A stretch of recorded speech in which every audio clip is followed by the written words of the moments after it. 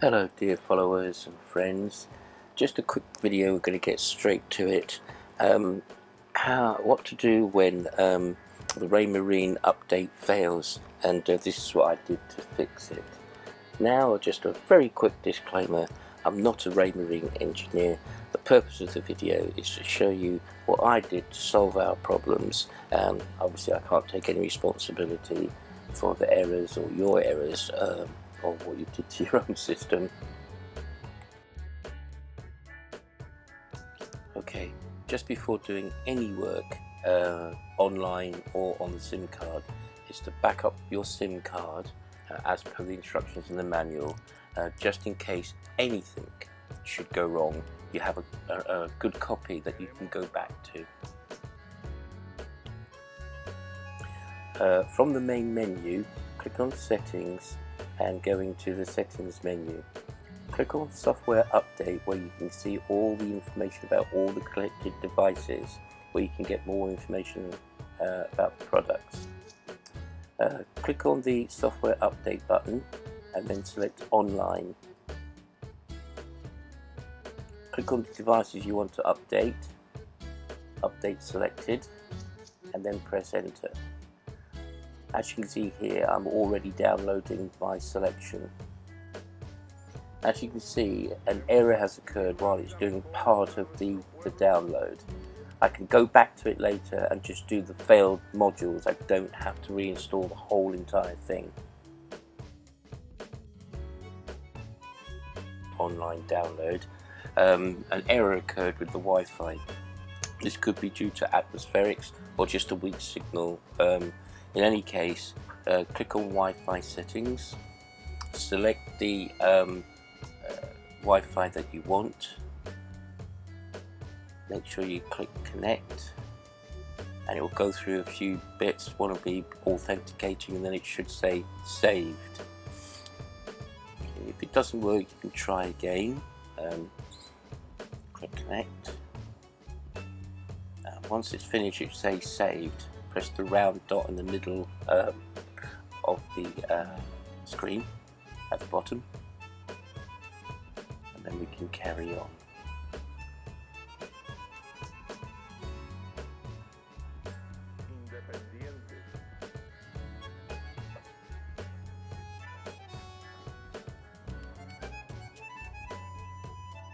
Once pressed, click on cancel to make sure the message goes away, otherwise as you can see it won't work. Okay, and then press update again, select online, and it should carry on. As you can see, I've got many products that I'm updating.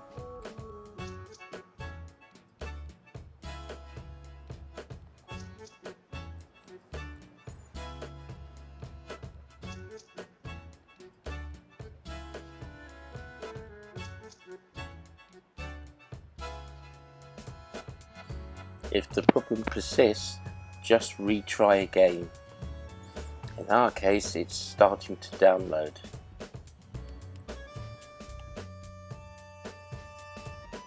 Now, once it starts to download, it can be a lengthy process, depending on how big the file is, obviously, that you're downloading.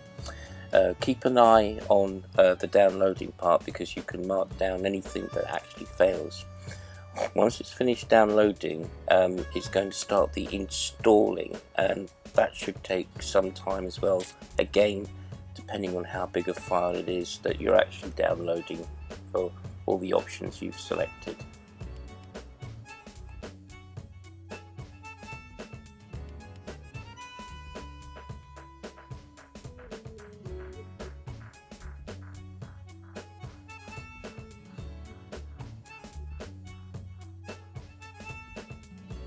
As you can see here, out of the multiple things, products that we're actually updating online, only one has failed so far. In our case, it's the radar, the quantum radome.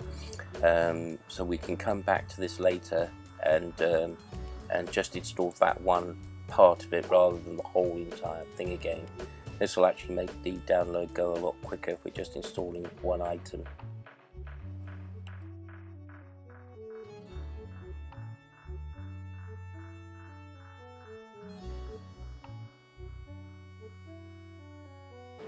So after the install is finished, the lighthouse reboots itself.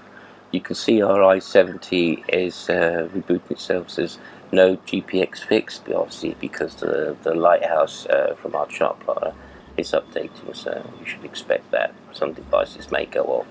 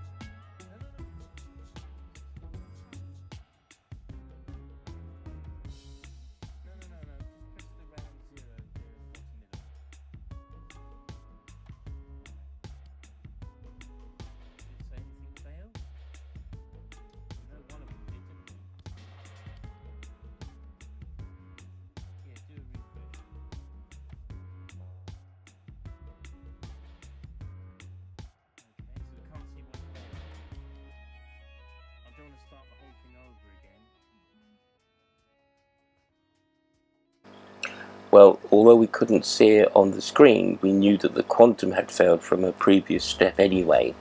And as you can see, I wanted to get Monica involved so that we're both up to speed on how to do these installations, and how to manage when things don't go quite as they're supposed to. So as you can see, it didn't connect, so we definitely got a problem with the radome. So we're just going to try this step again. Well, the step failed again, so I called the guy like you would do, and he suggested that sometimes the online doesn't work very well, and to try updating the SD card directly.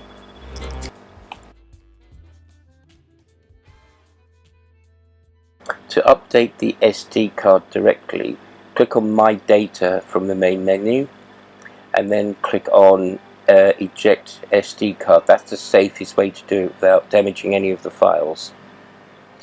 Then you need to go on to your laptop or Mac in my case, and if you haven't already downloaded the Navionics app, you need to download that, and then you need to sign in. If you haven't done, obviously you need to register, and then you just, once you go into your account, just click on the next as you usually do, and as you can see here, it's already downloading all the updates for not just the charts, but also the other information that didn't work for our radome in the background.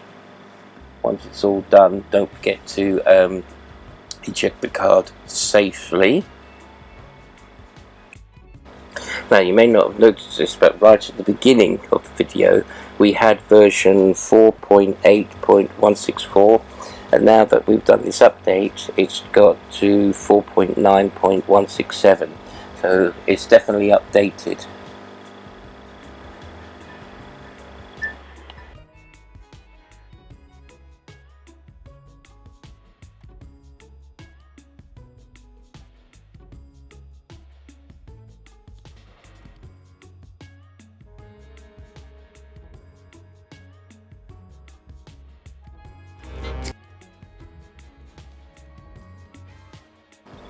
Now, once done, the next thing you're going to want to do, obviously, is go out for a test sale to test all your systems. But before you do go on that test sail, you might want to check all the calibrations for your particular boat. So once you start up your Raymarine, go into settings from the main menu, and then you need to go into network, and then you need to click on Raymarine ITC5 converter. Click calibrate, and then here's the three things that you can change: depth, speed and wind. So this is what the depth parameters look like. You can change if you like, it's up to you. And then we can click on speed,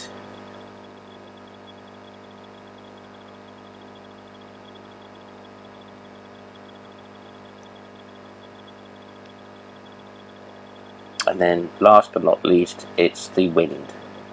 Now, I'm not making any corrections here because I've already done it. I'm happy with the settings that there is already. I hope this video has helped you out, and happy sailing, fair winds to you, skippers.